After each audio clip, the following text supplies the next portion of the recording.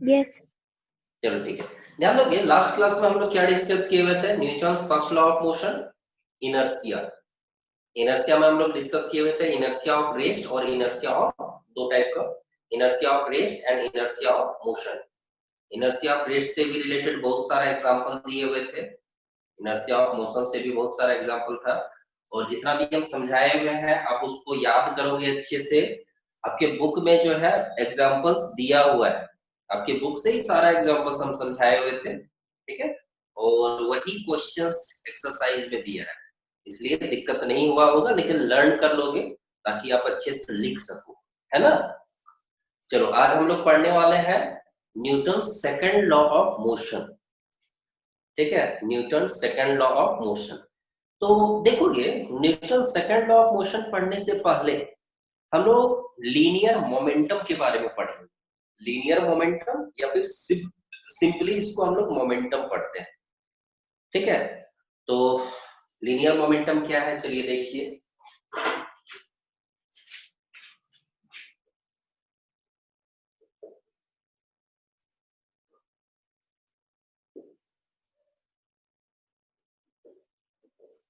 Linear momentum और momentum, the product of mass and velocity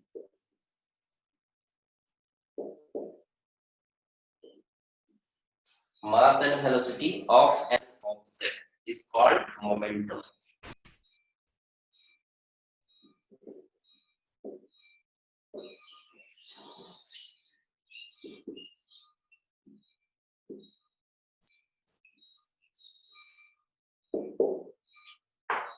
It is a vector quantity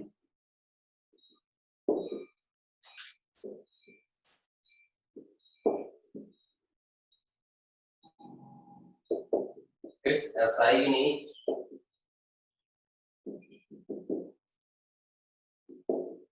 is kilogram meter per second and it is denoted by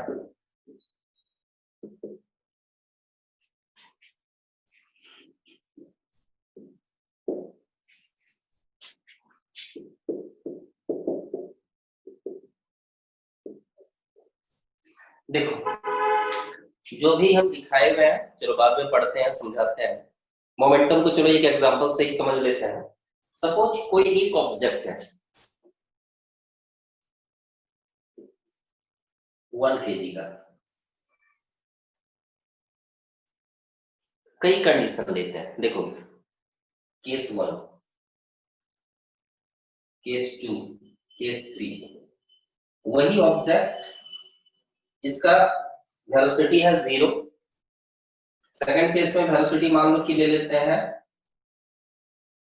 10 metre पर second. Third case में ले लेते हैं 20 metre पर second. देखो ध्यान देना, मोमेंटम,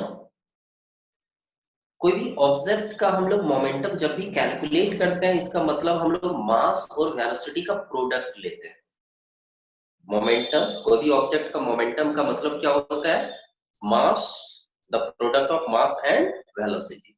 जैसे दे दिया है सपोज कि एक ऑब्जेक्ट है 1 kg का, इसका वेलोसिटी है 0, मतलब ऑब्जेक्ट रेस्ट में, तो हम बोलेंगे मास इंटू वेलोसिटी की है, कितना आया, तो मोमेंटम बोलेंगे 1 इंटू 0, फाइनली 0। फिर हम बोलेंगे इसके लिए मोमेंटम कितना आएगा, तो हम बोलेंगे कि 1 इंटू 10, दैट इज 10। इसके लिए यदि हम बोलेंगे तो 1 इंटू 20, दैट इज 20। ठीक है, ऐसा भी हो सकता है कि ऑब्जेक्ट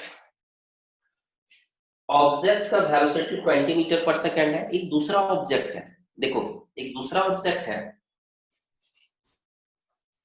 इसका भी वेलोसिटी है 20 मीटर पर सेकंड। एक दूसरा ऑब्जेक्ट है, इसका भी वेलोसिटी है 20 मीटर पर सेकंड। मान लो कि इसका मास है 2 kg, तो इसका मोमेंटम क्या हो जाएगा, देखो तो बताओगे? 40 40, मोमेंटम इसका हो जा रहा है 40। देखो बाकी चूंकि ये एक फिजिकल क्वांटिटी है, इसका मेजरमेंट है, ठीक है, डायरेक्शन भी होगा, हालांकि वेक्टर क्वांटिटी है, तो इसका एक एसआई यूनिट होगा या यूनिट होगा। एसआई यूनिट क्या है, ध्यान देना, इसके फार्मूला से ही एसआई यूनिट आया हुआ है। मास के लिए एसआई यूनिट किलोग्राम और वेलोसिटी के लिए है मीटर पर सेकंड। इसीलिए मोमेंटम का एसआई यूनिट क्या हुआ, किलोग्राम मीटर पर सेकंड, किलोग्राम मीटर पर सेकंड। तो यहाँ पे जितना भी हम डिस्कस किए, 0 दैट इज 0 किलोग्राम मीटर पर सेकंड, 10 किलोग्राम मीटर पर सेकंड, 20 किलोग्राम मीटर पर सेकंड, 40 किलोग्राम मीटर पर सेकंड। आप देख सकते हो कि, ध्यान देना यहाँ पे दो चीजें हैं, कोई भी ऑब्जेक्ट का जो मोमेंटम है, मोमेंटम डिपेंड करेगा, या मोमेंटम का जो वैल्यू है डिपेंड करेगा दो चीजों पे, मास पे, वेलोसिटी पे। According to the formula P equal to mv, mass बढ़ाओगे तो मोमेंटम भी बढ़ेगा, वेलोसिटी यदि बढ़ाते हो तो भी मोमेंटम बढ़ेगा। आप देख सकते हो, है ना, कि भाई ये दोनों केस यदि हम लोग देखें, मास को सेम रखें, वेलोसिटी को डबल कर दिए, तो मोमेंटम भी क्या हुआ, डबल हुआ, 10 के बजाय 20 किलोग्राम मीटर पर सेकंड। यदि वेलोसिटी बढ़ाए, मोमेंटम बढ़ गया। यहाँ पे देखो मास को बढ़ाया, वेलोसिटी वही रखे 20, यहाँ पे मास है 1, यहाँ पे मास है 2, मास को डबल किए तो मोमेंटम भी डबल हो गया। तो डायरेक्टली ये दिख रहा है, फॉर्मूला के अनुसार हम लोग को डायरेक्ट दिख रहा है कि भाई मास जितना टाइम्स करेंगे मोमेंटम उतना टाइम्स हो जाएगा, सेम वेलोसिटी के भी केस में। हाँ, इसका अमाउंट डिपेंड करता है दो चीजों पे, दोनों पे, लेकिन मोमेंटम का होना सिर्फ एक टर्म पे डिपेंड करता है, वेलोसिटी पे। वेलोसिटी ऑब्जेक्ट में नहीं है मतलब मोमेंटम भी नहीं है। वेलोसिटी नहीं है क्या मतलब क्या है, वेलोसिटी 0 है। इट मींस यदि ऑब्जेक्ट रेस्ट में है, इसका मतलब मोमेंटम उसका कितना है, 0, मास इंटू 0, होल वैल्यू 0 होगा, क्योंकि मास तो कभी 0 हो नहीं सकता है। जब ऑब्जेक्ट है मतलब मास तो होगा ही, कोई भी ऑब्जेक्ट बिना मास का होगा क्या, नहीं। तो मास 0 नहीं हो सकता है, वेलोसिटी 0 यदि हुआ तो होल वैल्यू 0 बना दी। तो मतलब कोई भी ऑब्जेक्ट में मोमेंटम होना या ना होना डिपेंड करता है वेलोसिटी पे, और मोमेंटम का जो मैग्नीट्यूड है डिपेंड करता है दो चीजों पे, मास पे और वेलोसिटी पे। ठीक है, तो इसी को हम लोग बोलते हैं मोमेंटम। क्या रिक्वायरमेंट है यहाँ पढ़ने का, आगे हम लोग डिस्कस करने वाले हैं। अभी तो बस समझ लेते हैं कि मोमेंटम क्या है। यहाँ पे देखो, जो हम लोग बात जो अभी बताए कि भाई मोमेंटम बोलते हैं इसको, इसका लीनियर मोमेंटम बोलो या मोमेंटम बोलो, एक ही बात है। आगे जब हायर क्लास में जाओगे, 11 क्लास में, या फिर हो सकता है 10 में भी कुछ रोटेशनल मोशन के बारे में आपका दिया हुआ है, तो वहां पे जिक्र हो, डिस्कस हम लोग करेंगे कि मोमेंटम, यहाँ पे चूंकि ऑब्जेक्ट स्ट्रेट लाइन में मोशन में है, ठीक है, तो रेक्टिलिनियर मोशन का बात करते हैं, स्ट्रेट लाइन के मोशन का बात करते हैं, इसलिए हम लोग बोलते हैं कि लीनियर मोमेंट। लेकिन जब ऑब्जेक्ट में रोटेशन होगा, रोटेट करेगा, कोई एक्सिस के अलग वो घूमते हुए जा रहा है, तो वहां पे मोमेंटम के बजाय हम लोग बोलेंगे एंगुलर मोमेंटम। ठीक है, तो मोमेंटम का दो टाइप, एक लीनियर मोमेंटम जो अभी हम लोग पढ़ रहे हैं, एंगुलर मोमेंटम जो रोटेशनल मोशन में डिस्कस करेंगे।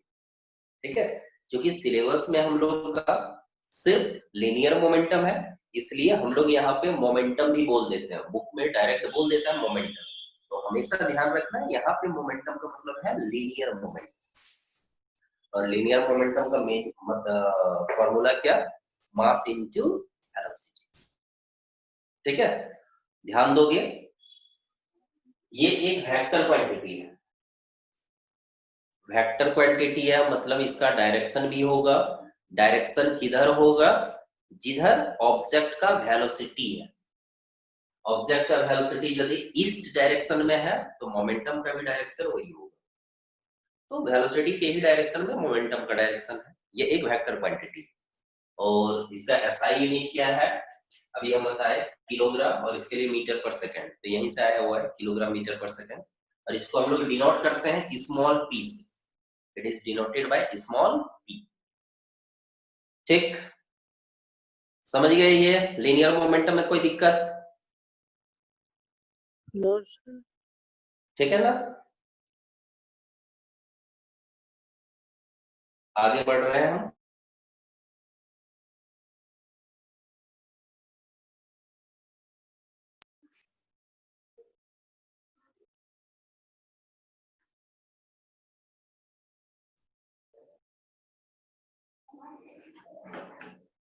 हो गया ना?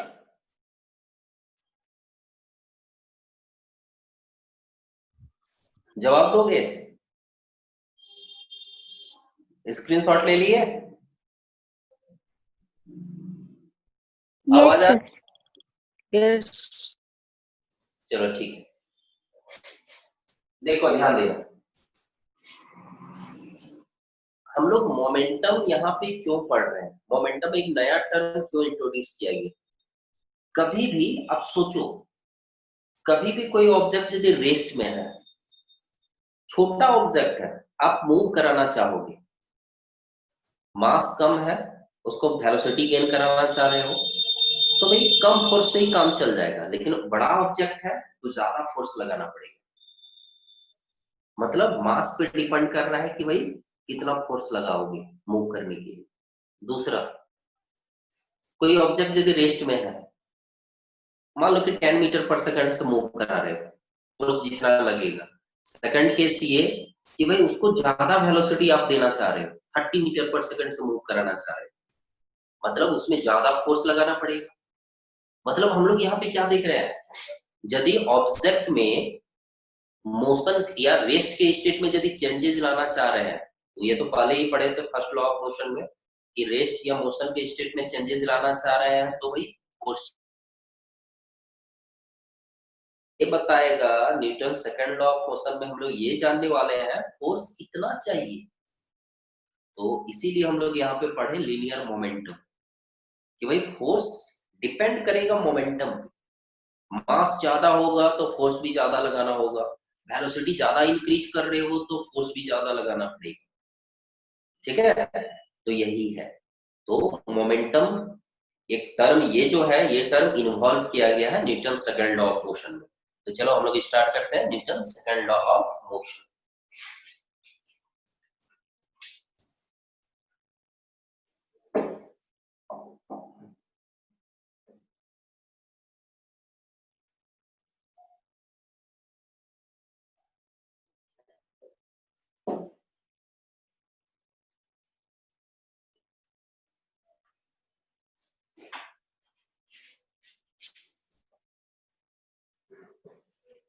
देखो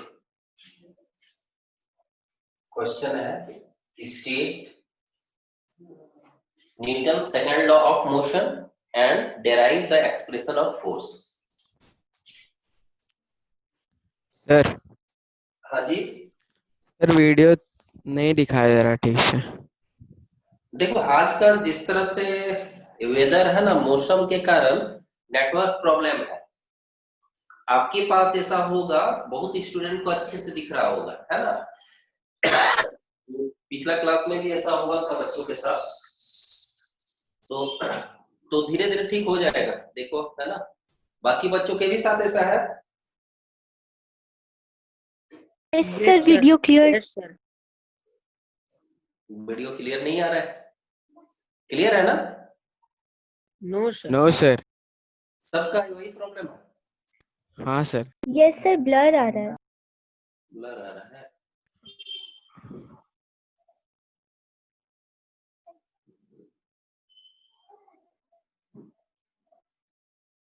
अच्छा देखो, कुछ देर लिखते हैं, ठीक है? ज्यादा दिक्कत होगा तो फिर देखते हैं क्या सॉल्यूशन निकल सकता है।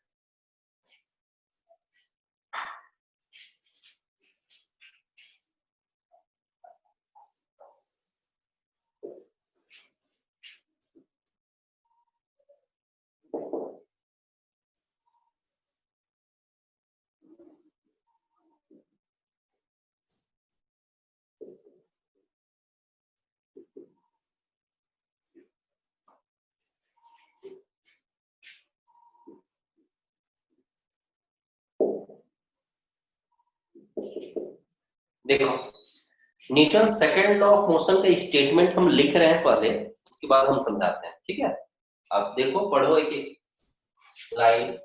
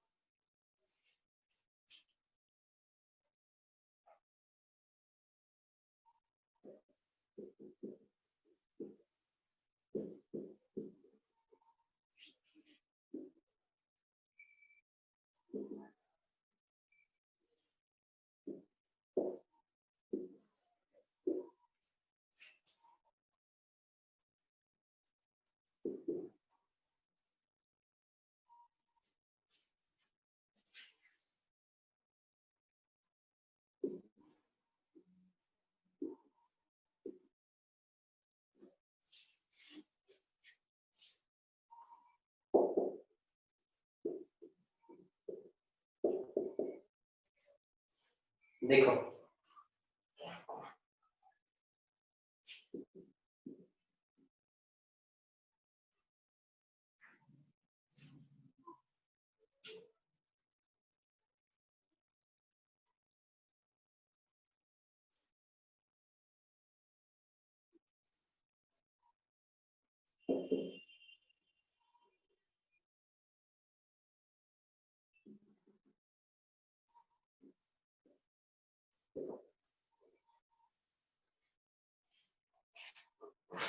अब दिख रहा है वीडियो अच्छे से?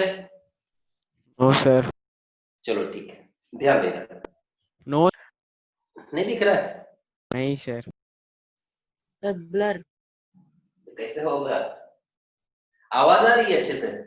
हाँ सर, आवाज आ रही है।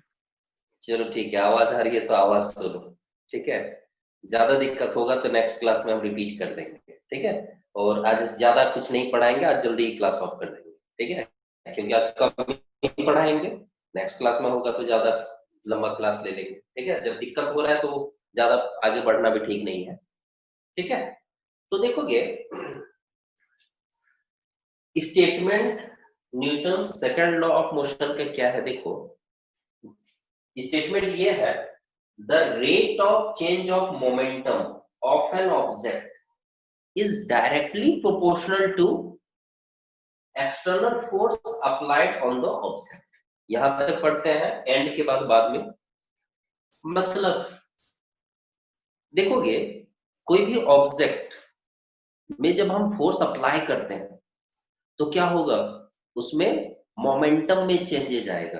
क्यों मोमेंटम में चेंजेज आएगा? क्योंकि वेलोसिटी चेंज कर रहा है। ऑब्जेक्ट मास तो कांस्टेंट है, सेम ऑब्जेक्ट है तो मास 1 kg है तो 1 ही kg रहेगा। लेकिन जब फोर्स अप्लाई कर दिया तो हो सकता है कि उसका वेलोसिटी जितना था उससे इंक्रीज करेगा। तो जब वेलोसिटी इंक्रीज करेगा तो मोमेंटम भी इंक्रीज करेगा। तो बोल रहा है कि भाई मोमेंटम जब इंक्रीज करेगा तो 1 सेकंड में मोमेंटम में कितने का चेंजेज आया, 1 सेकंड में जितने मोमेंटम में चेंजेज आएगा वही बोला जा रहा है the rate of change of momentum, that is change of momentum by time. Rate का मतलब इन 1 सेकंड, मतलब कोई भी ऑब्जेक्ट में 1 सेकंड में मोमेंटम में जितना चेंजेस आता है उस टर्म का उसका डायरेक्ट प्रोपोर्शन होता है फोर्स अप्लाइड ऑन इट। मतलब हम उस पर कितना फोर्स अप्लाई किए हैं, डायरेक्ट प्रोपोर्शन है rate of change of momentum का। मतलब फोर्स यदि ज्यादा अप्लाई करेंगे तो मोमेंटम में चेंजेस भी क्या होगा, ज्यादा होगा। याद करना, आप मैथ में पढ़े हुए हो direct proportion, inverse proportion. Direct proportion का मतलब क्या, वो बढ़ाओ तो दूसरा भी बढ़ेगा। तो यहाँ पे क्या है देखोगे, external directly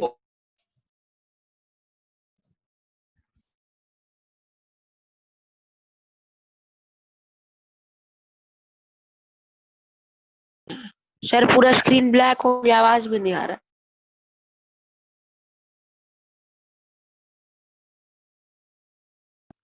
yes sir, video stop हो गया।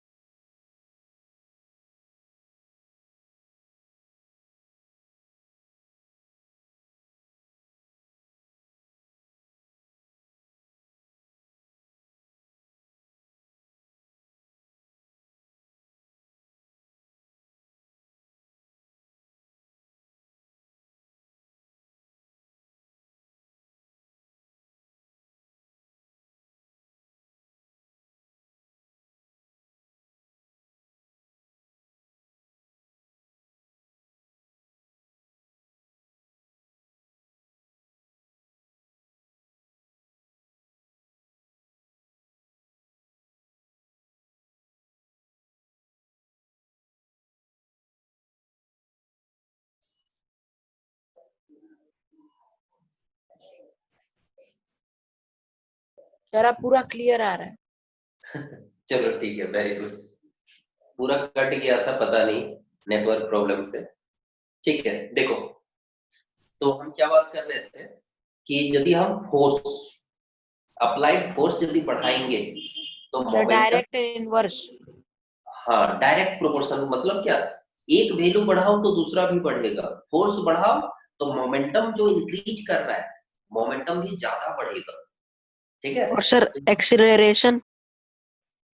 एक्सेलरेशन अपने आप आ जाएगा जब हम लोग डेराइव करेंगे ना, तो F इक्वल टू ma अपने आप आएगा, देखेंगे ना। वो यस। डेरिवेशन कंप्लीट नहीं हुआ है, डोंट वरी। स्टेटमेंट बस लिखे हैं सिंबल में, इसको तो डेराइव करना भी बाकी है, या फिर F इक्वल टू ma कहां से आएगा वो बताना भी बाकी है, डोंट वरी। ठीक है, तो चलो स्क्रीनशॉट ले लो, इसका स्क्रीनशॉट लो। इसका हम मिटाने वाले हैं, ये पार्ट मिटाने वाले हैं, ये पूरा ही मिटा देंगे। ठीक है, स्क्रीनशॉट ले लो। ले ली। ठीक है, देखो यस ये सर, आ रहे हैं। ले लिए सर। हाँ ठीक।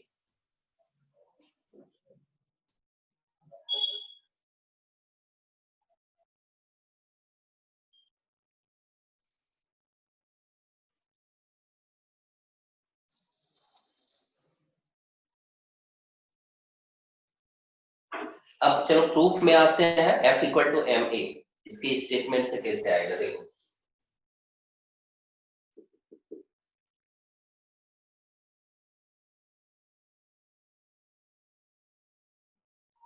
देखो ध्यान देना, चलो एज्यूम करते हैं कि कोई एक ऑब्जेक्ट है m मास का, इसका इनिशियल वेलोसिटी है u मीटर पर सेकंड। बाद में इसका वेलोसिटी इंक्रीज करके हो गया v मीटर पर सेकंड, और u मीटर पर सेकंड से v मीटर पर सेकंड जो वेलोसिटी में चेंजेस आया, ये कितना टाइम के बाद, तुरंत तो होगा नहीं, हो सकता है कुछ टाइम लगा, मान लेते हैं t टाइम लगा, t सेकंड। ठीक है, तो आप देखो इनिशियल मोमेंटम कितना होगा, देखो तो m into you, initial momentum कितना होगा m into you. Final momentum कितना होगा, मास इंटू वेलोसिटी, बाद में जो मोमेंटम हो जा रहा है, तो आप बोलोगे फाइनल मोमेंटम कितना है, मास इंटू वेलोसिटी। अच्छा ये बताओगे तो चेंज इन मोमेंटम कितना है, ये बताना। Change in momentum v minus u by t। हाँ बताओगे, चेंज इन मोमेंटम क्या हुआ, v minus u by t। नहीं नहीं, चेंज इन मोमेंटम का मतलब क्या, final momentum minus initial momentum. याद करना, चेंज इन वेलोसिटी लिखते थे तो क्या लिखते थे, final velocity minus initial velocity. Yes. Change in momentum लिख रहे हो तो क्या लिखोगे? Final Final momentum. momentum minus initial momentum. ठीक है, तो ये होगा। और यदि हम ये लिख दें, ध्यान देना हम रिलेट कर रहे हैं एक्सीलरेशन का डेफिनेशन से। एक्सीलरेशन का डेफिनेशन में क्या पढ़े हुए थे? The rate of change of velocity is called acceleration. तो वहां पे क्या करते थे? चेंज इन वेलोसिटी मतलब final velocity minus initial velocity v minus u, और rate of change of velocity मतलब एक सेकंड में वेलोसिटी कितना चेंज हुआ, इसके लिए क्या करते थे? टोटल टाइम से डिवाइड करते थे। तो यहाँ पे भी हम लोग बोलेंगे कि भाई मोमेंटम में चेंजेज इतने का आया, final momentum minus initial momentum. और यदि हम बोलेंगे एक सेकंड में मोमेंटम में कितने चेंज आया, तो हमको बोलना होगा rate of change of momentum. तो हम बोलेंगे rate of change of momentum. तो रेट जब भी निकाल रहे हैं इसका मतलब हम लोग क्या करेंगे? बाय टाइम देंगे। बाय क्या करेंगे? टाइम देंगे। ठीक है, तो Newton's second law of motion का स्टेटमेंट यही है कि जब हम ऑब्जेक्ट पर फोर्स लगाते हैं तो क्या होता है? उसका वेलोसिटी चेंज करता है, मतलब मोमेंटम चेंज करता है। तो मोमेंटम एक सेकंड में जितना ज्यादा चेंज करता है उतना ही फोर्स जरूरत होता है। यदि आप ज्यादा मोमेंटम में चेंज चाहते हो तो फोर्स भी ज्यादा लगाना होगा। ठीक है, तो स्टेटमेंट यही है, ध्यान देना। Force is direct proportional to change in momentum. देखोगे डेल्टा पी, ये डेल्टा सिंबल है चेंज के लिए, change in momentum by time. और इसी को हम लैंग्वेज में समझाए हुए हैं, चेंज ऑफ मोमेंटम और बाय टाइम कर दिए तो rate of change of momentum. Sir वो ट्रायंगल को आप डेल्टा कह रहे सर? हाँ, ट्रायंगल को डेल्टा बोला जाता है, पढ़ते हैं डेल्टा। और आपके बुक में भी लिखा हुआ है ना। और इस किसके लिए सिंबल है? चेंज के लिए। डेल्टा पी लिखा हुआ है, इसका मतलब है change in change momentum. In, yes. ठीक है, तो Yes. चेंज इन मोमेंटम मतलब वहां पे हम लैंग्वेज में लिखे हैं और यहाँ पे सिंबल में लिखे हैं, एक ही बात है। आप स्क्रीनशॉट इससे पहले लिए, आप उसमें भी लिखाए हुए थे change in momentum by time नीचे, यस, और ट्रायंगल रिप्रेजेंट किया था। Delta P by time. तो change in momentum by time, तो हम बोलेंगे चेंज इन मोमेंटम क्या है भाई? तो बोलेंगे final momentum minus initial momentum. तो बोलेंगे final p f minus p i by t, f proportional to, carry करते जाओ। फाइनल मोमेंटम कितना है लिखते हैं। फाइनल मोमेंटम कितना है देखो, mass into velocity m v, mass into final velocity m v. Initial momentum कितना है देखो, mass into velocity u, m u by time. ठीक है, इधर वाला पोर्शन हम मिटा रहे हैं क्योंकि स्पेस चाहिए और ज्यादा हमको, तो इधर का पोर्शन मिटा देते हैं।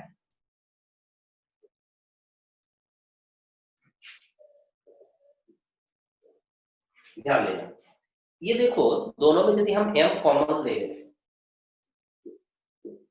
क्या आएगा? v minus you by t. तो याद करना v minus you by t कोई फॉर्मूला है क्या? सर एक्सीलरेशन का। तो आप बोलेंगे f proportional to m e। चलो ये फॉर्मूला तो आ रहा है, मिलता जुलता लग रहा है, फॉर्मूला आपको ऑलरेडी पता है, f equal to m e equal to m e। यहाँ पे प्रोपोर्शन आया है, तो ध्यान देना जब भी हम लोग प्रोपोर्शन हटाते हैं, प्रोपोर्शन का साइन हटाते हैं तो एक कांस्टेंट देते हैं, इसलिए ताकि पता चले प्रोपोर्शन का मतलब क्या है कि भाई ये बढ़ाओ मास एक्सीलरेशन, किसी एक को भी बढ़ाओगे तो फोर्स का अमाउंट बढ़ेगा, किस रेशियो से बढ़ेगा ये नहीं पता। ठीक है, समझो बात को, देखोगे एक एग्जांपल, एक सिंपल सा एग्जांपल देते हैं बच्चों को ताकि वो समझ जाए। ठीक है, सेम एग्जांपल हम उठा रहे हैं। देखो जब भी प्रोपोर्शन का साइन हटाते हैं तो इक्वल टू दे सकते हैं और एक कांस्टेंट देते हैं। क्यों देते हैं एक एग्जांपल से समझो। देखोगे number of sweets direct proportional to number of guest. जैसे मान लो कि आपके घर में 5 गेस्ट आने वाले, आप उसी के अनुसार आपको पता है कि भाई 5 गेस्ट आएंगे उसी के अनुसार आप स्वीट्स अरेंज किए। ठीक है, मतलब यहाँ पे डायरेक्ट प्रोपोर्शन का केस लग रहा है, जैसे मैथ में पढ़ते हो कि number of sweets is direct proportional to guest. Number of guest, guest यदि नंबर ऑफ गेस्ट को बढ़ाएंगे तो नंबर ऑफ स्वीट्स भी बढ़ जाएगा। बढ़ जाए। ठीक है, अच्छा ये बताना थोड़ा, यदि आपको ये पता चला बाद में कि हम लोग 5 गेस्ट नहीं आ रहे हैं, कॉल करके बताया गया कि 5 गेस्ट नहीं आ रहे हैं, हम लोग 8 आ रहे हैं, मतलब 5 के बजाय अब आपके घर में 8 गेस्ट आ रहा है, तो आप क्या करते हो, बगल वाले दुकान से ही स्वीट्स लाए थे, हो सकता है आप जितना जरूरत था उतना ही लाए थे, एक्स्ट्रा नहीं लाए थे, तो आप क्या करोगे, तुरंत वहां से जाके और उतना आप मंगा लोगे ताकि 8 गेस्ट का हो जाए। तो अच्छा ये बताओ, आप दुकान से कितना स्वीट्स लाओगे, 3 गेस्ट बढ़ चुका, कितना स्वीट्स लाओगे? 3। 3। अच्छा ये भी तो हो सकता है ना कि 3 गेस्ट बढ़ा और इसके लिए आपको 6 स्वीट्स ज्यादा लाना पड़ रहा है, क्योंकि एक गेस्ट को आप 2 तरह का sweet they, 2 sweet they, yes sir, तो 6। यस सर, हो सकता है कि नहीं? यस। हाँ, मतलब देखोगे प्रोपोर्शन का साइन सिर्फ ये बताता है कि एक बढ़ाओ तो दूसरा बढ़ेगा, नंबर ऑफ गेस्ट बढ़ाओ तो नंबर ऑफ स्वीट्स बढ़ेगा, ये नहीं बताता है कि किस रेशियो से बढ़ेगा।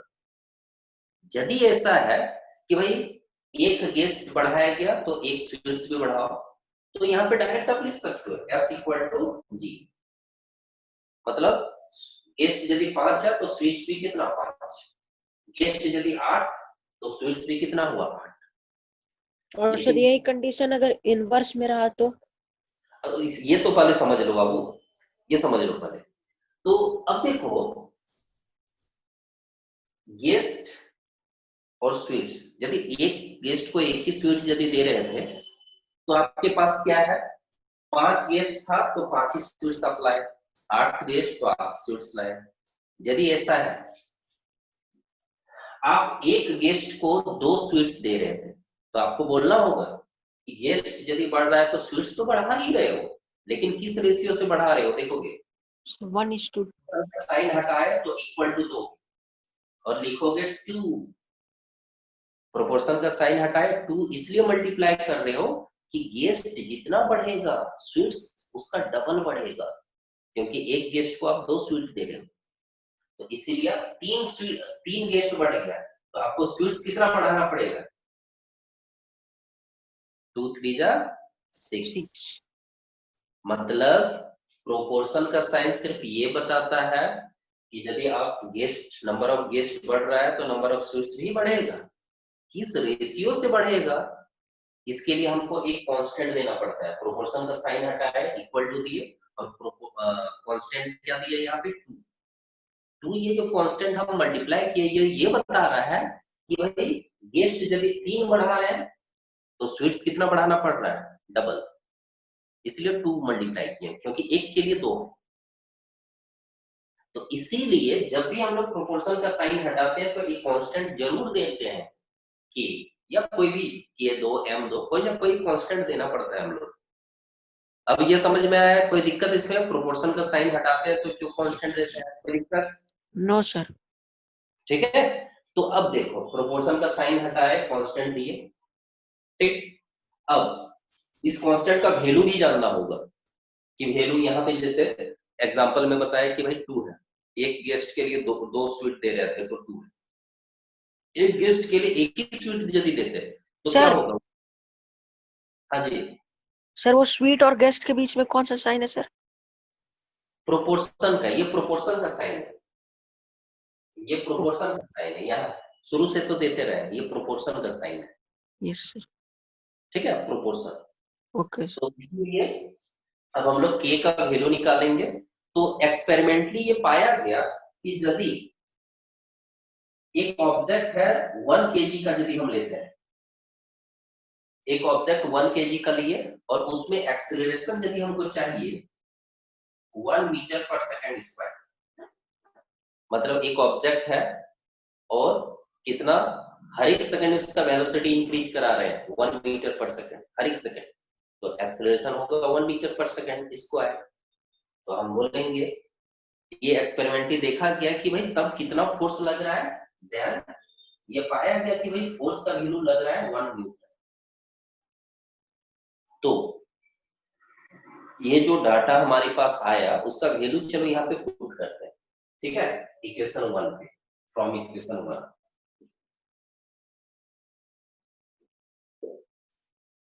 एफ का वैल्यू 1 पुट करो, एम का भी वैल्यू 1 पुट करो, के का भी वैल्यू 1 पुट करो, तो के का वैल्यू क्या आ जाएगा,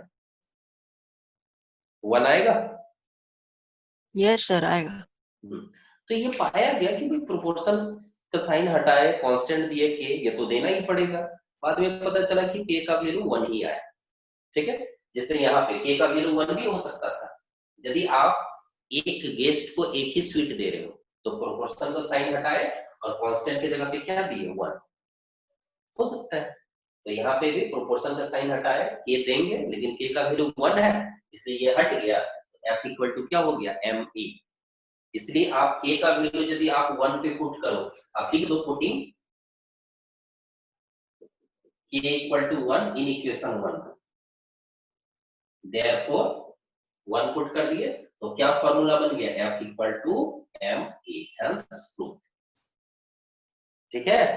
तो इस तरह से Newton second law of motion का जो भी स्टेटमेंट है, उस स्टेटमेंट से क्या हो रहा है, फोर्स का अमाउंट पता चल रहा है कि कोई भी ऑब्जेक्ट यदि है तो ऑब्जेक्ट में फोर्स अप्लाई किए तो उसमें मोमेंटम में चेंजेज आया या वेलोसिटी में चेंजेज आया, तो कितना फोर्स लगा हुआ है, तो डायरेक्टली बोलेंगे F equal to m a, object का मास कितना है और उसमें वेलोसिटी में कितनी का चेंजेज आया पर सेकंड, दैट इज एक्सीलरेशन, तो डायरेक्ट लिख देंगे F equal to m a. कोई दिक्कत यहां तक में बताओगे?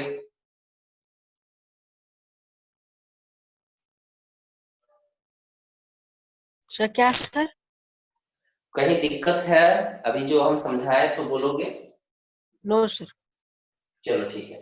तो जो प्रूफ है इसके लिए स्टेटमेंट भी लिखना होगा, यहाँ पे मास, इनिशियल, फाइनल वेलोसिटी जो एज्यूम किए हैं तो स्टेटमेंट भी लिख देते हैं, देखो।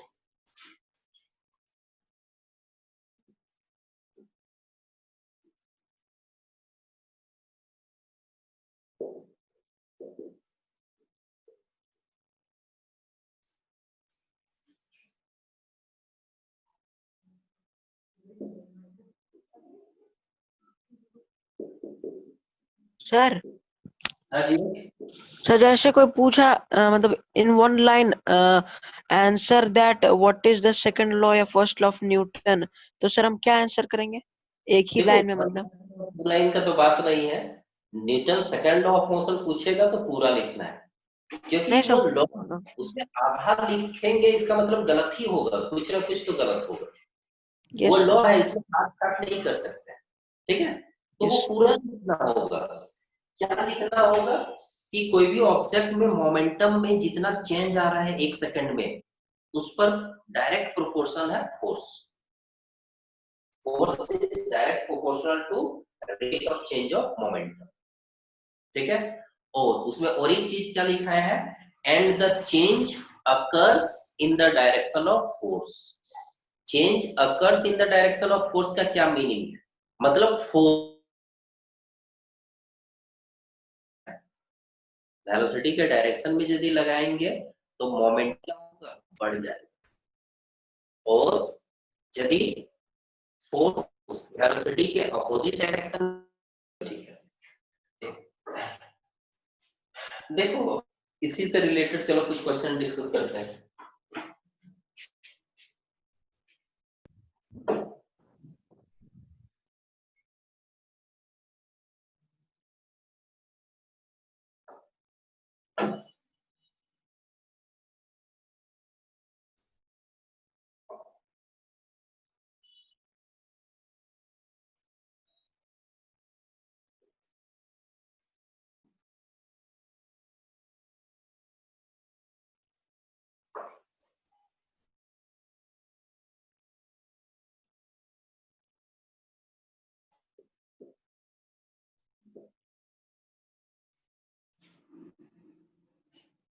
देखोगे फोर्स का जो एक्सप्रेशन है, एक तो डायरेक्ट हम लोग देख रहे हैं F इक्वल टू ma, और भी एक्सप्रेशन हो सकता है अभी जो हम लोग पढ़े उससे, उसी से। ठीक है, देखो डिफरेंट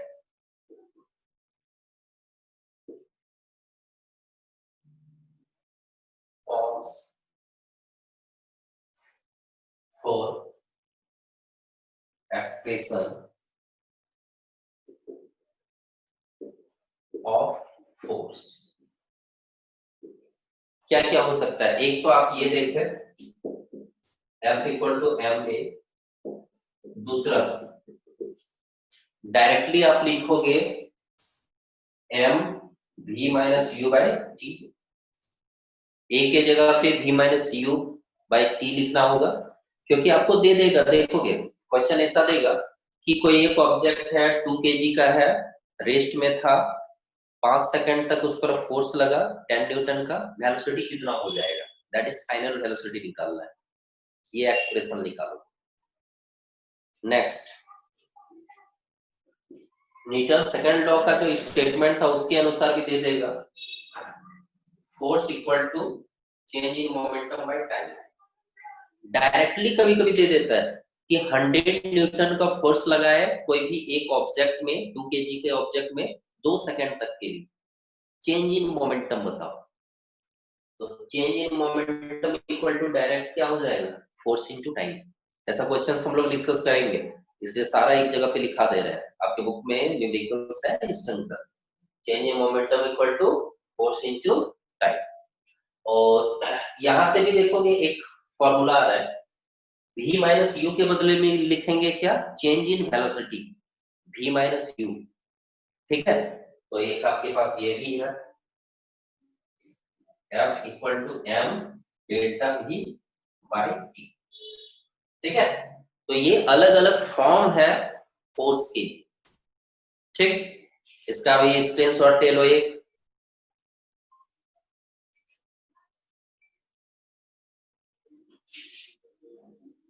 ठीक है, कोई दिक्कत इस एक्सप्रेशन में?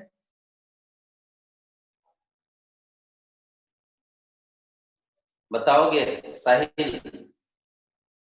No sir. ठीक, स्क्रीनशॉट ले लिया? Yes sir. ठीक, मिटा रहे हैं इसको।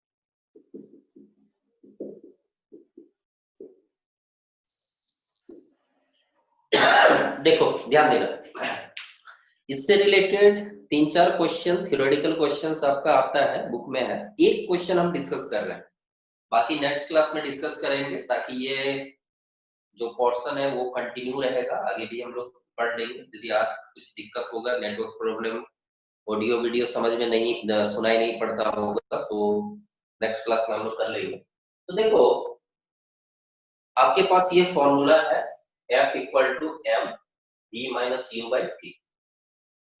एक क्वेश्चन देता है, इसी पर एक्सप्लेन कर सकते हो। एक क्वेश्चन ये देता है कि कोई एक क्रिकेटर या प्लेयर जो है, क्रिकेट खेलने वाला एक प्लेयर है, क्रिकेट प्लेयर है, जब वो कैच लेता है, सपोज आपकी यदि आप क्रिकेट खेल रहे हो, कैच लेते हो, तो जैसे ही बॉल पकड़ते हो उसी समय तुरंत हाथ नहीं रोकते हो, आप कैच जैसे लेते हो, होल्ड करते हो बॉल को, और उसको पकड़ के क्या करते हो, अपनी ओर खींचते हो। क्यों? Question, a cricket player withdraws his hand towards himself while catching a ball. Why? क्यों ऐसा करता है? ठीक है, तो देखो इसका रीजन क्या है, इसका आंसर क्या है, ध्यान देना। जब एक क्रिकेट प्लेयर है, कैच ले रहा है, ठीक है, चलो हम लोग कुछ डाटा के साथ समझते हैं। मान लेते हैं कि बॉल जो है, एक बॉल है, मान लेते हैं 200 ग्राम का है, 200 ग्राम का है, मतलब किलोग्राम में यदि हम बात करें बाय 1000 दैट इज 0.2 किलोग्राम। ठीक है, और काफी स्पीड आता है आपके हाथ से जब टकरा रहा है, मान लो कि कितना वेलोसिटी से आके टकराया 20 मीटर पर सेकेंड। ठीक है, 20 मीटर पर सेकेंड, मतलब जब कैच आप ले रहे हो, जब आपके हाथ से टकराया, यदि आप कैच ले रहे हो, आपके हाथ से टकराया, उस समय उसका वेलोसिटी है 20 मीटर पर सेकेंड। और फाइनली कैच ले लेते हो, मतलब बॉल को आप रोक देते हो, फाइनल वेलोसिटी बॉल का क्या हो जाएगा, 0। ठीक है, तो अब यहाँ पे देखते हैं फॉर्मूला पे, चलो पुट करते हैं। यहाँ पे टाइम टाइम मेंशन नहीं किया है, टाइम हम मेंशन कर लेंगे आगे। वैल्यू पुट करते हैं, F इक्वल टू मास के जगह पे लिख दिया 0.2 और फाइनल वेलोसिटी लिखे कितना 0, इनिशियल वेलोसिटी कितना 20 बाय, हालांकि माइनस में आएगा। फोर्स नेगेटिव का मतलब क्या है, रिटार्डिंग फोर्स। फोर्स देखोगे, जब भी वेलोसिटी के अपोजिट डायरेक्शन में फोर्स लगेगा, वेलोसिटी का डायरेक्शन ये है, फोर्स इसके अपोजिट लग रहा है, इसलिए फोर्स नेगेटिव आएगा। क्यों, क्योंकि ये दोनों वेक्टर क्वांटिटी, वेलोसिटी का जिस तरफ डायरेक्शन उसको यदि आप पॉजिटिव ले रहे हो, तो उसके अपोजिट डायरेक्शन में जो भी वैल्यू लेंगे, वेक्टर क्वांटिटी लेंगे और नेगेटिव लेंगे, तो फोर्स उसके अपोजिट डायरेक्शन में लग रहा है, इसलिए नेगेटिव वैल्यू आएगा। मल्टीप्लाई करोगे तो क्या आएगा, देखो तो 0.2 इंटू -20 क्या आएगा, -4। ठीक है, -40 आएगा, जो एक डिजिट के बाद पॉइंट है। अच्छा देखो, यदि आप क्या करते हो, समझाने के लिए आप ये ले लेते हैं कि यदि आप जैसे ही कैच लिए तुरंत उसको रोक दी, तुरंत पकड़ ली, मान लो कि बहुत कम समय में आप उसको रोक ले रहे हो, मतलब 0.1 सेकंड ले रहे हो, 0.1 सेकंड ले रहे हो, तो आप बोलोगे टी की जगह पे क्या है 0.1, तो 0.1 का मतलब क्या, पॉइंट आप हटाए तो कितना आ गया 40 मीटर। मतलब बॉल को रोकने के लिए आपको 40 न्यूटन का फोर्स लगाना होगा। ठीक है, जब आप इधर से 40 न्यूटन का फोर्स लगा रहे हैं, तो उधर से भी 40 न्यूटन का ही फोर्स लगा रहा है, कौन, बॉल। और आपको चोट लग सकता है, मान लो कि चोट बड़ा जोर से लगता है। आप ऑब्जर्व किए होंगे कि बॉल उधर से आ रहा है, ऐसे रखे, सिर्फ रखे और क्या चलेगी, बड़ा जोर से लगेगी, लेकिन जैसे ही आप पकड़े और अपनी ओर खींचोगे, चोट नहीं लगता है, बहुत कम लगता है, नेग्लिजिबल। क्यों ऐसा होता है, क्योंकि जब आप अपनी ओर खींचते हो तो टाइम ड्यूरेशन को बढ़ा रहे हो, टी का वैल्यू को आप इंक्रीज कर रहे हो, मतलब 20 मीटर पर सेकंड से वेलोसिटी 0 मीटर पर सेकंड हुआ, वेलोसिटी में चेंजेस जो आया, वो चेंजेस आप लंबे ड्यूरेशन में कर रहे हो। मान लो कि 0.1 सेकंड में हो रहा था, अब उसको आप क्या कर रहे हो, मान लो कि 2 सेकंड के बाद उसको रोक रहे हो, आप वहां से यहां तक खींचने में 2 सेकंड लगा, तो अब आपके पास क्या होगा, केस 2। फर्स्ट केस में क्या था कि आप तुरंत आप रोक लिए, कैच तो लिए, चोट जोर से लगेगी, और यदि आप अपनी ओर खींचते हो तो चोट नहीं लगता है, बहुत कम लगता है। क्यों, सेम यहाँ पे लिखेंगे F इक्वल टू m के जगह पे 0.2 v माइनस u, चलो यहाँ पे वैल्यू तो निकाल चुके हैं, कितना -40, और यदि आप टाइम 2 सेकंड यदि लेते हो, वेलोसिटी 20 मीटर पर सेकंड से उसको 0 मीटर पर सेकंड तक करने के लिए आप 2 सेकंड टाइम ले रहे हो, वेलोसिटी को 0 बनाने के लिए काफी टाइम ले रहे हो, अपनी ओर खींच रहे हो, इस कारण से टाइम जब 2 है, तो यहाँ पे फोर्स का वैल्यू क्या है, देखो तो -2 मीटर, मतलब आप देख लो, मतलब रिटार्डिंग फोर्स आपको मात्र 2 न्यूटन का लगाना पड़ रहा है, और यदि आप तुरंत उसका वेलोसिटी का 0 कर दिए, 20 से तुरंत 0 कर दिए 0.1 सेकंड, तो आपको कितना फोर्स लगाना पड़ रहा है, 40 न्यूटन। तो इसीलिए ध्यान देना, फोर्स और टाइम क्या है, इनवर्स प्रोपोर्शन है। डिनोमिनेटर में जब टाइम है, मतलब टाइम का वैल्यू बढ़ाएंगे तो फोर्स का वैल्यू क्या होगा, घटेगा। यहाँ पे यही चीज किया जाता है कि भाई यहाँ पे टाइम का वैल्यू जो है 0.1 एक बार रिपीट कीजिए ना। ध्यान देना, फोर्स और टाइम एक दूसरे का इनवर्स प्रोपोर्शन है। मतलब फोर्स और टाइम इनवर्स प्रोपोर्शन क्यों है? टाइम क्या है? डिनोमिनेटर में है। टाइम का वैल्यू यदि आप बढ़ाओगे तो फोर्स का वैल्यू क्या होगा? घट जाएगा। क्योंकि आप खुद सोचो ना, न्यूमरेटर तो दोनों के लिए सेम था। आप खुद सोचो कि न्यूमरेटर मान लो कि 100 डिवाइडेड बाय 2 और 100 डिवाइडेड बाय 50, न्यूमरेटर दोनों के लिए सेम है। डिनोमिनेटर बड़ा होगा तो होल वैल्यू क्या होगा? होल वैल्यू छोटा होगा। दोनों केस में न्यूमरेटर सेम है।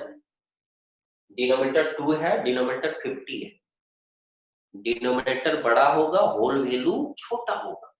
तो यहाँ पे हम लोग क्या कर रहे हैं? फोर्स और टाइम इनवर्स प्रोपोर्शन है। डिनोमिनेटर मतलब टाइम को यदि हम बड़ा कर देंगे तो फोर्स का वैल्यू क्या हो जाएगा? छोटा हो जाएगा। तो यही चीज है, यहाँ पे जब आप बॉल को कैच कर रहे हैं तो तुरंत उसको रोक दिए, मतलब बहुत कम समय में उसको उसका वेलोसिटी को 0 कर दिए, तो बहुत ज्यादा फोर्स लग रहा है। और यदि आप क्या कर रहे हो? टाइम बढ़ा लिए, मतलब आप उसको जैसे कैच पकड़े अपनी ओर खींचते हो, ऐसे तक कैच पकड़े अपनी ओर खींचते हो, मतलब आप खींच रहे हो अपनी ओर, मतलब टाइम बढ़ा रहे हो, टाइम ड्यूरेशन। तो डिनोमिनेटर का वैल्यू बड़ा कर रहे हो, डिनोमिनेटर का वैल्यू बड़ा कर रहे हो, होल वैल्यू क्या होगा? छोटा। डिनोमिनेटर बड़ा कर रहे हो, होल वैल्यू क्या हो जाएगा? छोटा। -2 न्यूटन, पहले कितना था? -40 न्यूटन। मतलब 40 न्यूटन का फोर्स आप लगाते रोकने के लिए, अब आपको सिर्फ कितना लगाना पड़ रहा है? 2 न्यूटन का फोर्स लगाना पड़ रहा है। तो इसलिए क्या होता है? आपको चोट कम लगता है। अब समझे कि कैच लेते हैं तो अपनी ओर क्यों खींचते हैं? यस। ठीक है, तो यही है। इसी ढंग का और भी कुछ क्वेश्चंस है जो डिस्कस करेंगे हम लोग। ठीक है, तो आज के लिए यही तक रखते हैं कि कोई भी यहाँ पे हम लोग देख सकते हैं कि force is inversely proportional to time duration. कि वेलोसिटी में जो चेंजेस आएगा, टाइम ड्यूरेशन यदि हम बढ़ा देंगे तो फोर्स का वैल्यू क्या होगा? कम हो जाएगा। ठीक है, कोई दिक्कत इसमें? क्वेश्चन हम समझाए कि a cricket player withdraws his hand towards himself while catching a ball. तो आंसर होगा a cricket player withdraws his hand towards himself while catching a ball to increase the time duration because F equal to mv minus u by t. As time increases, the rate of change of momentum decreases. As a result, force also gets decreased. ये value पूरा कम हो जाता है, T का value बढ़ाएंगे तो ये value कम हो जाएगा, पूरा होल वैल्यू कम होगा, तो फोर्स का भी वैल्यू क्या होगा? कम होगा। As a result the player gets less hurt, मतलब उसको चोट कम पहुंचता है। ठीक है, समझ गए? यस। चलो ठीक है, तो अभी जितना भी कुछ कराया है सेकंड लॉ ऑफ मोशन का, ये सब आप करोगे और एक्सरसाइज का भी क्वेश्चंस देखोगे। नेक्स्ट क्लास में हम एक्सरसाइज का भी क्वेश्चन डिस्कस कर लेंगे और इससे आगे एक आध दो एग्जांपल बचा हुआ है डिस्कस कर लेंगे। ठीक है, चलिए ठीक है।